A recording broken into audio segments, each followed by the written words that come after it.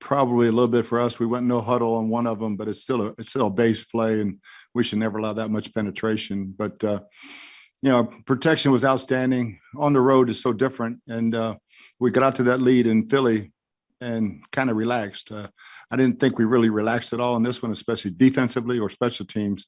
Offensively, it was just, man, don't miss field goals and score inside the two, and it's a 50-point game. Right, exactly. And we didn't get a chance to ask you this, at least I didn't. What is Coach Ross's status with COVID, and what did you see from Richard Sherman as an assistant last week? Yeah, Sherman did a great job. Yeah, Rock should be back hopefully Tuesday or Wednesday. And so, yeah, AQ Shipley was also out with it. But, no, Sherman did a great job all week. And, he's such a bright guy, and he knows what we're doing now. And he can pick up those little things. He did a great job during the game talking to those guys also. Thanks. Next, we'll go to Greg Allman.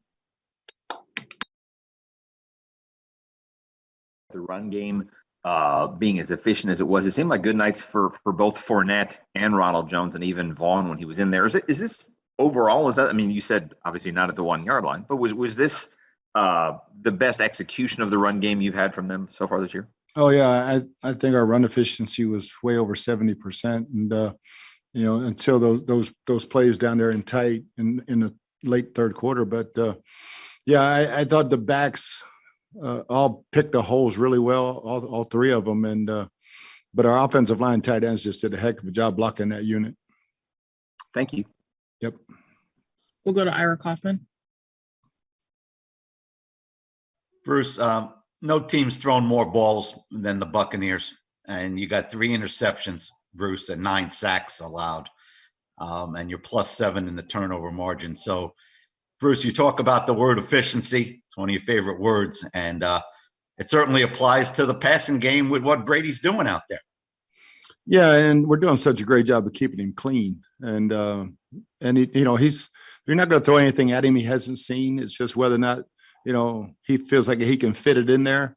There were a couple of balls I think he was real careful with in that one. But such a great job. Those balls in the red zone were great throws. The one to Chris on the back shoulder and all 3 to Mike were great balls. And, Mike did a good job of beating double coverage. But, yeah, the efficiency in the passing game and offensively as a whole, I get a little upset. 38 points, a few years ago I'd been jumping up and down. But it's nice to be able to get 38 and come in and coach hard. Thanks, Bruce. Yep. We'll go to Jenna Lane. Hi, Coach. I know it's early in the day, so I don't know if you have an update, but just on the injury status of Jamel Dean after leaving the game twice yesterday. Do not have anything. Most of the guys are still coming in, and obviously I gave them off until Wednesday, so they'll filter in throughout the day, and we'll know more if we need to get MRIs or not. And also, I know obviously you have so many guys that are banged up and that haven't been able to play. Do you have any idea on who might be available this week or who you're hopeful might be available? Yeah, I mean, I would hope that Gronk could be ready to go. Lavonte could be ready to go. Maybe Sherm. We'll see. Trying to think who else might be. Hopefully the guys that were injured yesterday can go. Thank you very much. You bet, Jen. We'll go to Scott Reynolds. Hey, Bruce, you're averaging 40.5 points per game at home, but just 23.6 on the road, and you've got a big road game coming up this week in New Orleans.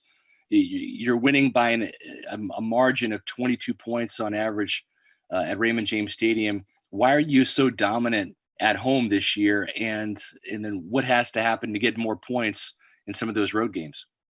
Yeah, the road games is eliminating penalties and communication problems. That's where the penalties, this was our cleanest game, and it's so much easier offensively at home to communicate.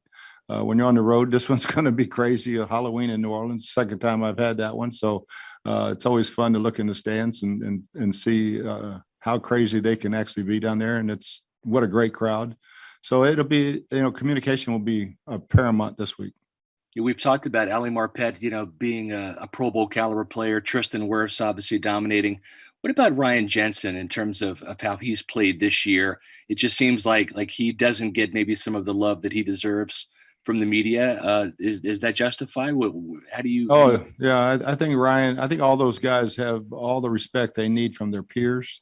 Yeah, the national media, for whatever reason, this offensive line is playing really, really well. And knock on wood, we stay healthy. Next, we'll go to John Romano. Hey, Bruce, you've been very complimentary of the job Todd Bowles has done with all the injuries on that side of the ball. Haven't been a coordinator. Could you talk specifically about just the challenge of trying to maintain your identity with so many guys going in and out of a lineup?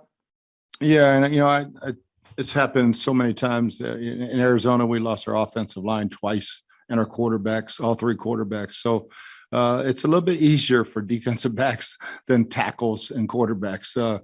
It's always the next man up, and if you don't believe and if you just say it, it won't happen. We truly believe it, and we talk to these guys. When you're on this team, you have a role. You accept your role. At any point in time, that role is going to change.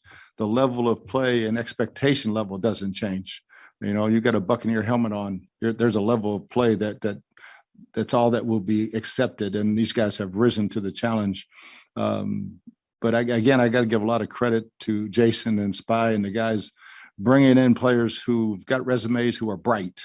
And you can teach bright guys, especially in the secondary, to keep it in front of you. And Todd has done a great job of doing that, and still being multiple, not vanilla. Next, we'll go to Greg Auman. Bruce, you're up 35 late. You kind of had that rare chance to empty the bench on both sides of the ball. So we saw Britt and Stewart and Yelder and Grayson and Wells and Stinney. The one guy that didn't get in was Robert Hainsey. So just want to ask you if he's still at a point where even up 35, he's still just kind of dressing as an emergency guy at center. No, we got the ball on the 2. And it's like in the middle of a drive, the last thing you're going to do is swap centers. We kept talking about it. Hey, if we get a first down, the clock stops, we'll swap them out. But until you start snapping the ball to each other, and they snap together all the time. Now, we have all the confidence in the world. And Hainsey was just where we got it on the field, and we didn't substitute those guys. And we talked about it 3 times. Hey, let's get Hainsey in there. It's like, let's just stay where we're at right now. Thanks, Bruce. We'll go back to Rick Stroud. Bruce, it's a bunched up NFC with a lot of good teams, and you won the Super Bowl last year. But it looks like, if you want a home game, you're going to have to win the division, right? So this is a team in the regular season that has won, 5 in a row, beat you handily last year. How are they different with Jameis Winston? What do you see when you look at the Saints? Yeah, first thing I see is great defense.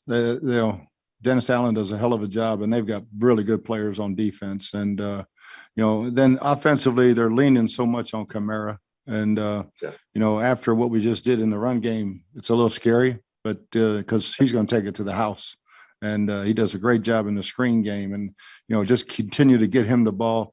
And when he gets going, Jameis has always been a really good play action quarterback, and he can put it down the field. And Galloway and those guys that they have, Dion, I mean, they've got some weapons. So we've got to stop the run. We can't go down and let Alvin Kamara run like Herbert did on us.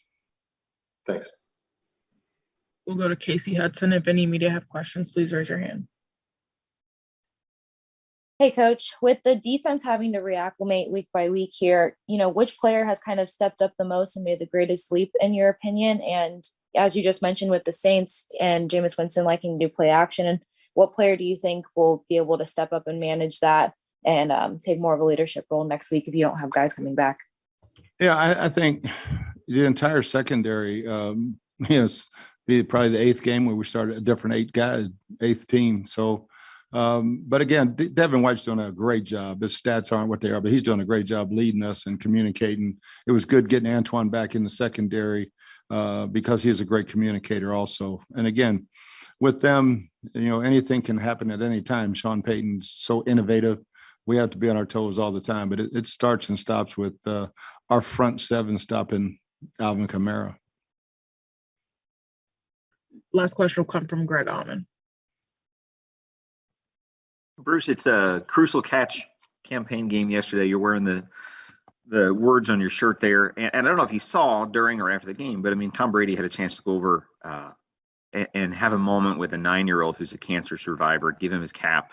And you could see the emotion of that. Just how neat that was to have something like that as part of a day that means something to you guys, especially to you.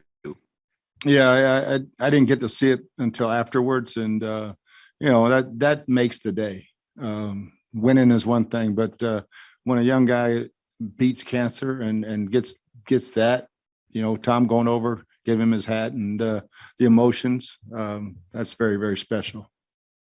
Thanks, Bruce. Yep. All right, that's all we have time for. Appreciate taking the time, Coach. Thanks, guys.